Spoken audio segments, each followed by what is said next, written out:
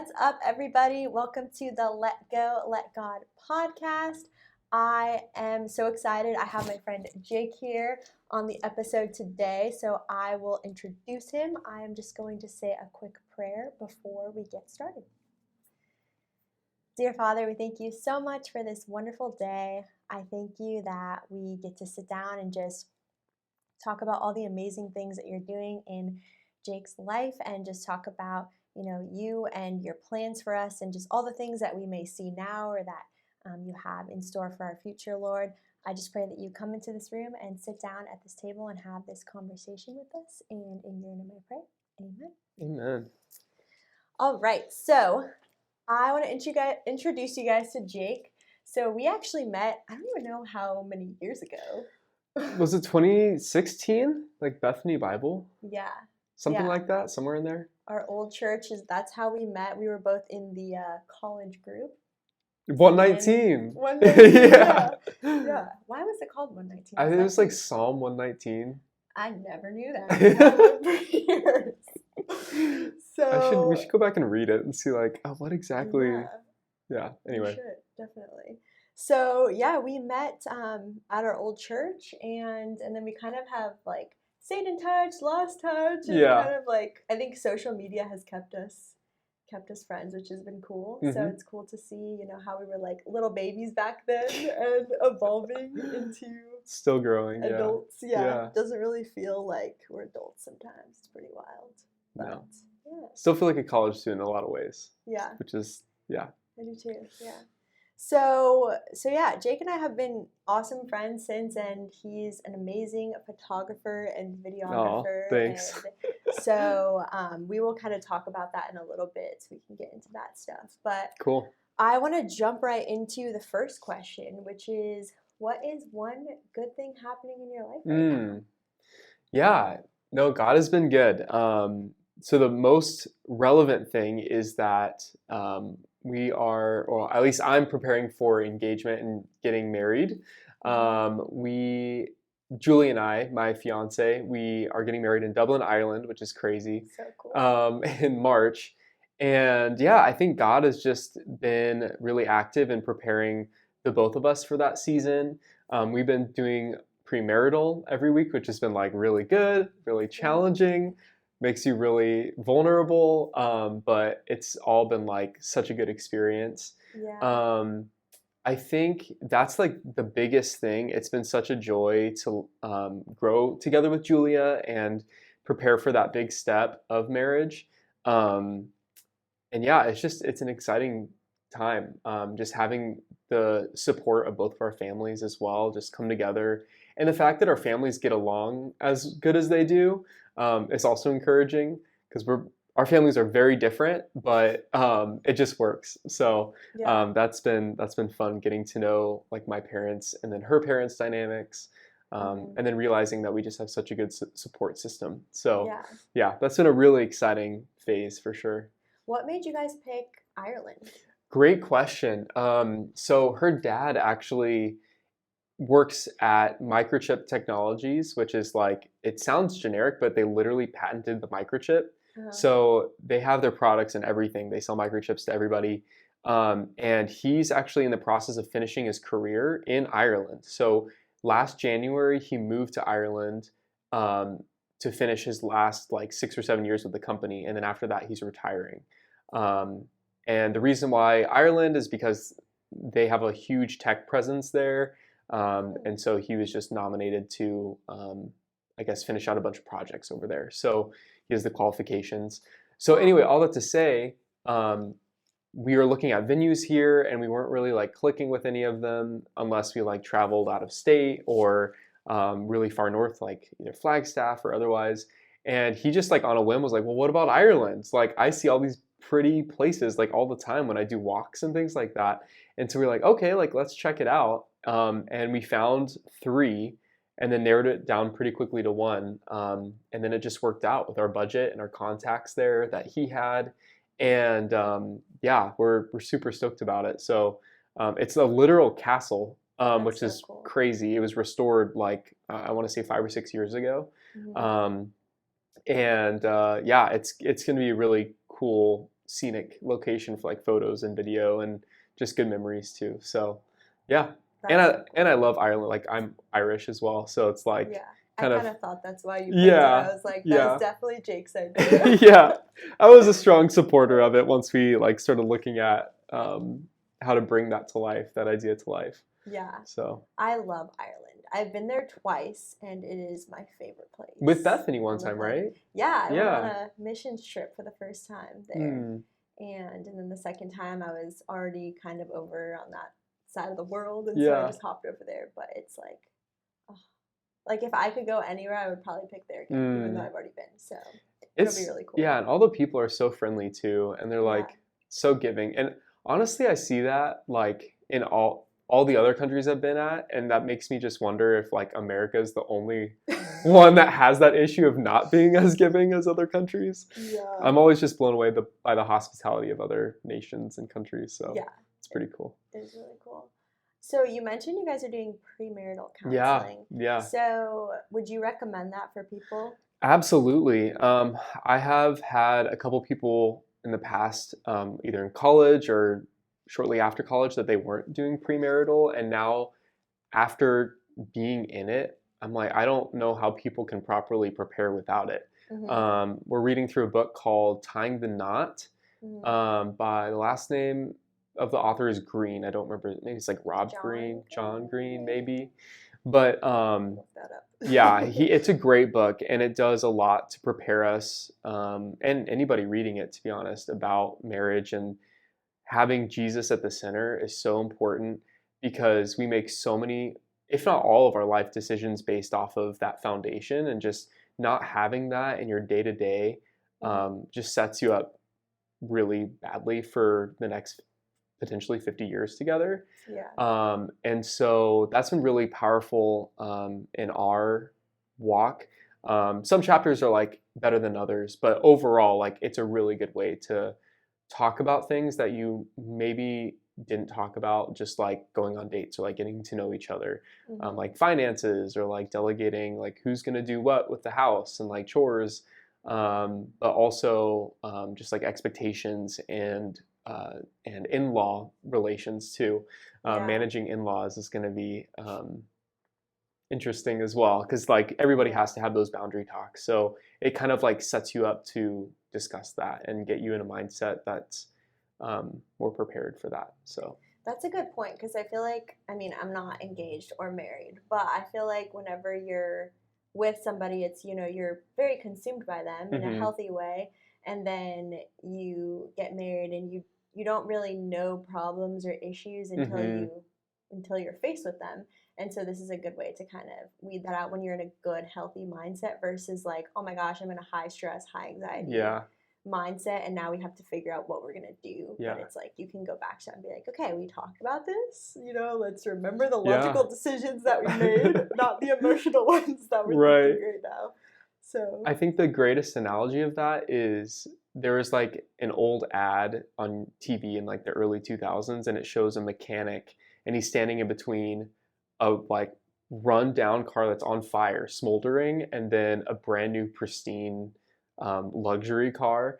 And basically the analogy is like, would you rather like do little maintenance checkups throughout your mm-hmm. entire life cycle of that car instead of waiting too long for it to just explode?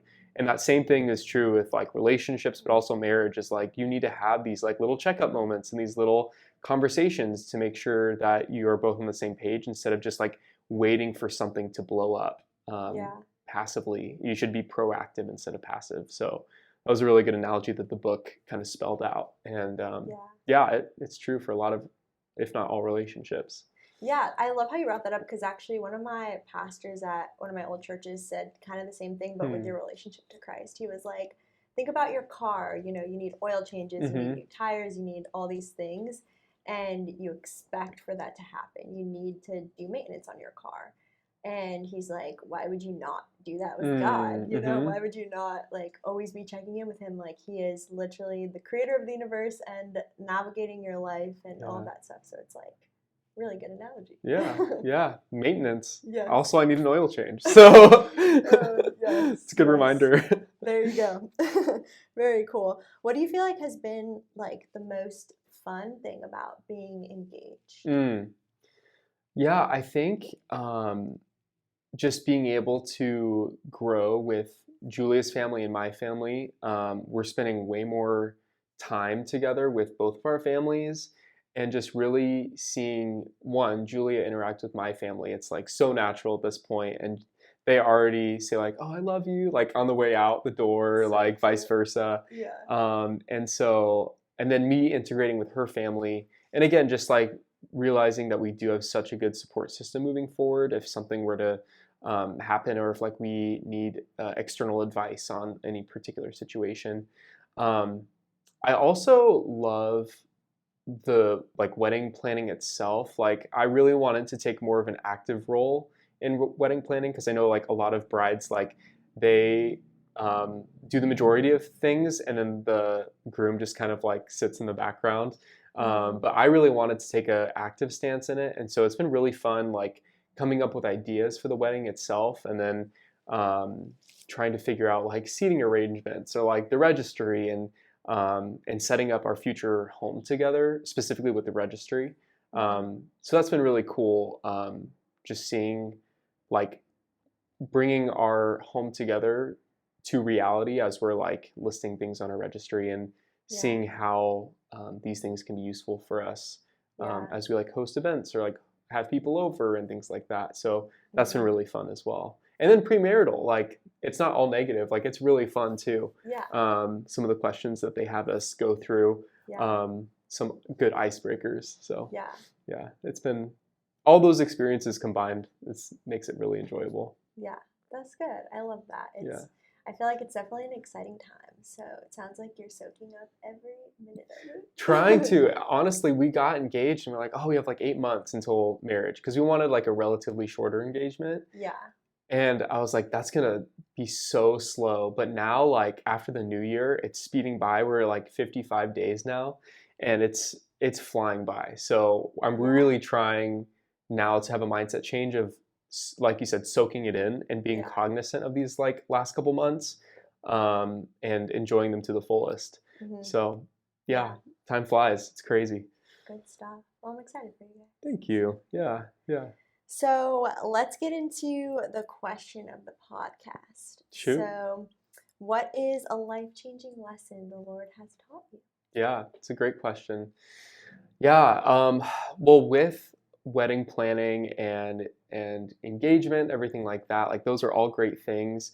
But I have really had to rely on the Lord quite a bit this season, and that reason is because I actually lost my job after Christmas break or after like our week of break after work. So basically, I have been in the insurance industry for the past 4 years, and honestly, I really jumped into that because I was working at Dutch Bros like after I graduated Yeah, I college. remember that. And it was like 3 or 4 months, and I was like actively applying to jobs, and I was kind of discouraged because I wasn't getting any calls back. And then like insurance just happened to open up, and I was like, well, I really want to like start making a living that's sustainable. And then Dutch Bros was like hiring a lot more employees, and so I was getting less and less shifts. And so I hopped into insurance because it was kind of the first thing that opened up full time. But the entire time I was there, it was really discouraging because it just felt like I was a square peg fitting into a circular hole. Yeah. It just wasn't a good fit. And I mean, both ways. Like, it isn't what I wanted to do full time, and also I wasn't a good fit for the insurance industry. Um, I'd consider myself like a pretty analytical person, but that insurance is a whole nother level of like managing state protocols and policies and procedures, and a lot of that stuff just like wasn't sticking um, over time. So basically, yeah, I was let go after. So I was transferred to a new department in June of 2022, and then by December of 2022, I was let go because I wasn't able to get down all of the new departments, policies, and procedures. Mm. And so this is like a situation where like I totally own that it was on me. Yeah. I'm not like denying that, but it is really discouraging and puts me in like a very stressful time, like leading up to the wedding, Mhm.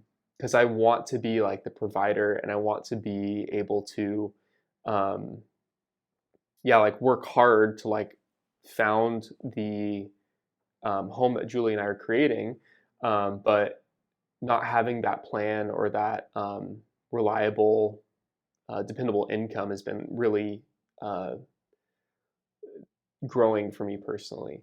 Yeah. So I guess ultimately the lesson that I've been learning is just like relying on the Lord and um, being able to trust that He does value us like more than the birds, just like the Yes. verse goes. Wait, I love how you said that because Yeah, I actually wrote that down. really? So I didn't write the whole verse down, but just for reference, if you guys want to know what he's talking about, Matthew 6, around hmm 31, it starts off, therefore do not be anxious, saying, what shall we eat, or what shall we drink, or what shall we wear?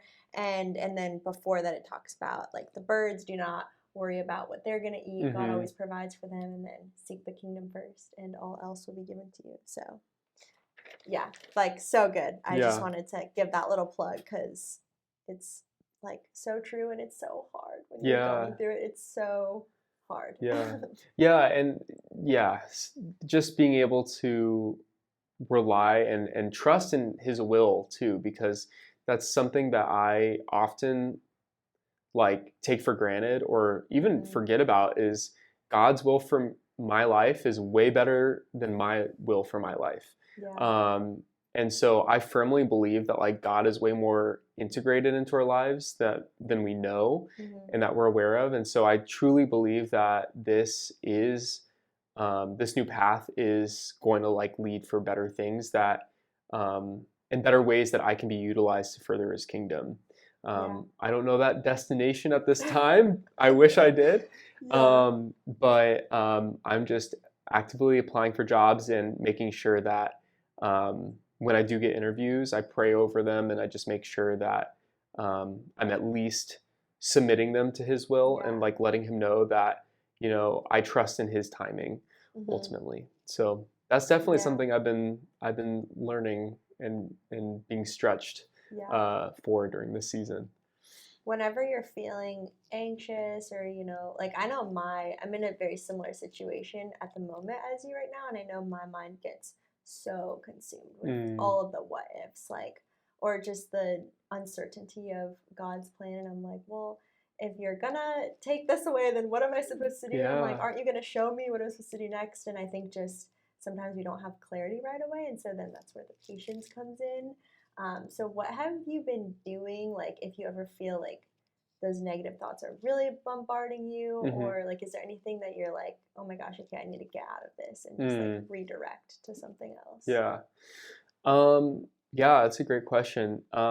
I try to be proactive with this Mm-hmm. by basically stuffing my brain with as much God in the mornings as Yes, possible love it. to like sustain me throughout the day. Yeah. And so I know a lot of, um, at least a pastor I was listening to, said that people do that basically once a week on Sunday, but that's just not enough to get you through the week. No. It needs to be like a daily practice. Mm-hmm. And so I've been getting a lot better about that specifically during this season Mm-hmm. because it's just so much better to be able to enter that mind space and like share that time with the Lord in the morning to be like basically nourished um, to carry that throughout the rest of the day. Mm-hmm. Um, and many times it's like not even enough to get to the end of the day. Like you have to keep You're like like, going to Him in again. prayer, yeah, Yeah. and like listen to like a podcast or like worship music. Mm-hmm. So that's a practice I've been really trying to implement.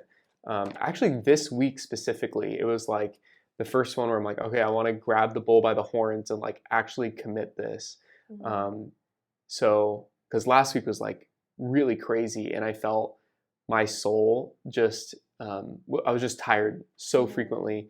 Um, and, but with submitting to God and like His will and loading up on his word in the mornings, that's made a noticeable difference. Yeah. So That's good. I like the idea of crowding out, because a lot of the times whenever we try to get rid of a bad habit or stop something, it's like we can't just be like, okay, I'm not going to do this anymore. Like we have to replace it with something good. And yeah. so I heard something the other day where it was just like, stuff your mind, fill your brain with all these good things so that you can crowd out the lies of the enemy. And it's just so good. So I love that. Well, yeah, once there's no, yeah, you basically fill your mind's capacity with like good, and then there's just no room, like you said, Yeah. for anything from the enemy. So that's Yeah. awesome. Yeah, I love that.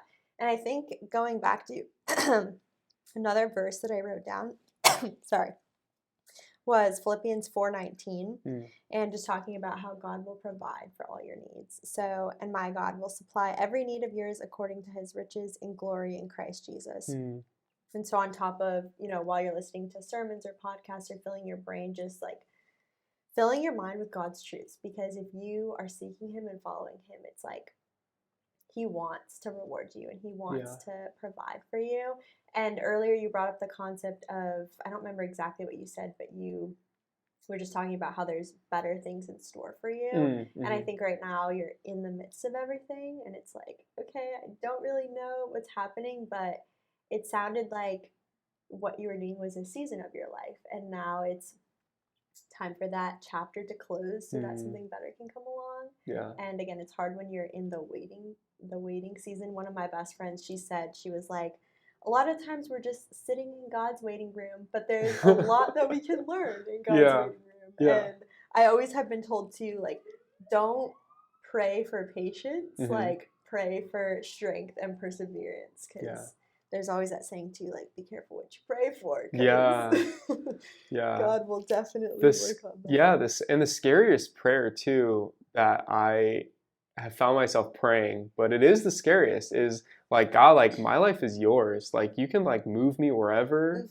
Like I'm just a vessel for your love and the gospel, and just use me how you want. And like I've had friends pray that, and then they're like, oh, I got a job across the country, and it's like, wow, like you're really submitting to his will, like way better than I have been. And it's just that's such a good but scary prayer that we should be praying like all the time. Yeah. So, and something I always say too is if he leads you to it, he will see you through it. And so it's just like, although it can be scary, it's like letting go of all that. Thus, like one of the reasons I came up with the name Let Go, Let God is just letting go of what you think is best for you, because he has something just in store that's so much greater. Like I saw this picture of this little girl, and she had a teddy bear in her hand, and then God was on the other side, and he was asking her to give up the teddy bear, and she was like, I don't know, but behind his back he had a bigger teddy bear, and it was just like so sweet. And so I think a lot of the times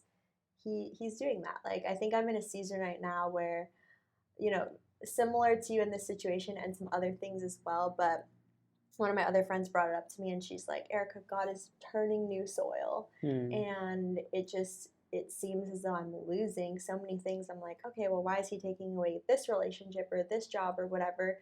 But I'm starting to see the fruits of what he's trying to do, and I'm gaining so many more better things, and so it's really cool. And I think whenever you see God's plan start to work out, you're just like, wow, and it helps grow your faith. And sometimes it takes longer than you want it to, but at the end of the day, it's what's best. Well, building off that, I've heard the analogy recently, like God is like a crock pot, and like we're like the brisket that's inside or whatever, but he's like slowly working on us throughout our entire life, and we are so driven for instant gratification and for wanting to see changes overnight. And so that's just like not how God works. I mean, he can work that way, but traditionally, like he's working on us over the course of years and decades. So again, just circling back to his timing is the best timing. And we just have to trust and have faith in that. Yes, we want the perfect brisket. We don't the want pulled pork. We want it to fall off the bone. That's so good. So I kind of wanted to tap into a little bit of some of your passions, because I know I mentioned earlier you're really good at photography and Thanks. videography. Thank you. Have you ever thought about, making that into a career? And I think I've asked you this before, Yeah, but I have. And I think for me, like, how do I put this? Finding a middle ground where I can have a full-time job and have the benefits, and hmm then doing that on the yeah. side is like perfect. Especially because when I do photo shoots, like if I have like 2 in a week or like 3 in a week, which I've had around like graduation season where there's like all these new college hmm and high school grads, I found myself like feeling burnt out on it. So Yeah. I found that by having that healthy balance, I don't get burned out on the photo video stuff while I can also retain like a full-time job with like sustainability and like reliability and benefits. Yeah. So that's kind of the perfect middle ground I've found. But I truly do love photography. That's where I feel the most, yeah, obviously creative and hmm trying new ideas and new things. hmm Um, so yeah, that's kind of the balance that works for me. Yeah, that's a good point because I think if there's people that are watching, they have maybe some passion for something that they want to do, but Hmm. it's not necessarily going to be able to pay the bills at the moment. And so Right. just Yeah. that input is like finding that stable, steady job, but still being able to do that because I'm sure that fuels you on the Hmm. times when you were working in insurance and are like, this is slowly killing Yep. me.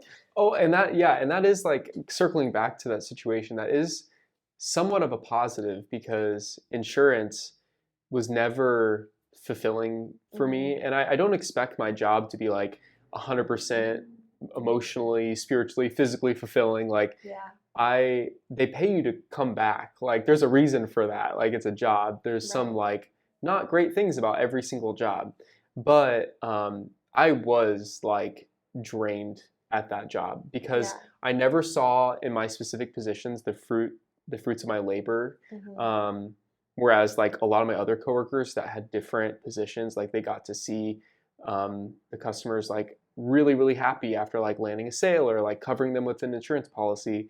But I never saw any of that, and I think because of that, I was just doing so many mundane tasks where I never saw that. And so regardless of hmm whatever job that I land moving forward, I'm sure it'll be better than that. And like I said, I've just been adamantly praying about God using me in that position. Yeah. Um, and so I'm confident that wherever I do land up, like I'll be used for His purposes.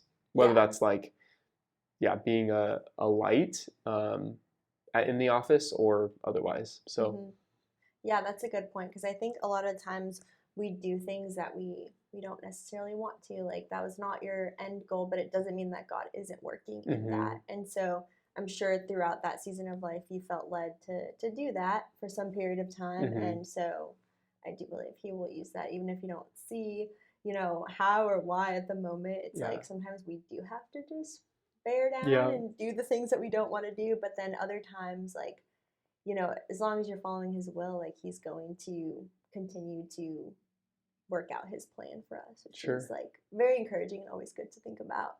Um, so you have, so you are doing shoots and stuff like that on hmm the side, which, hmm okay, super cool. So you're doing that. And then with, are you doing like drone stuff too?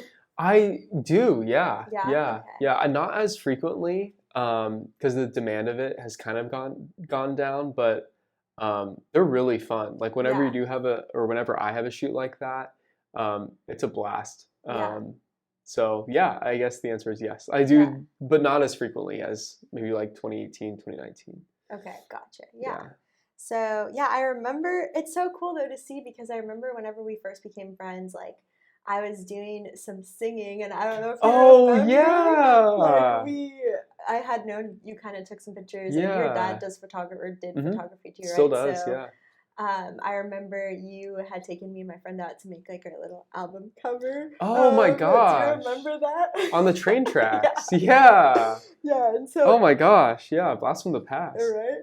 So it's really cool to see how, you kind of like started out there and it's like Hmm. now you're doing like photo shoots for people and videography, and Hmm. then you also have created a YouTube Yeah. channel, which I briefly saw on Instagram, you and your fiance Oh yeah. making an invitation Yeah. to send to 21 Pilots to come to your wedding. Yeah. Yeah. We were just like, why not? Yeah.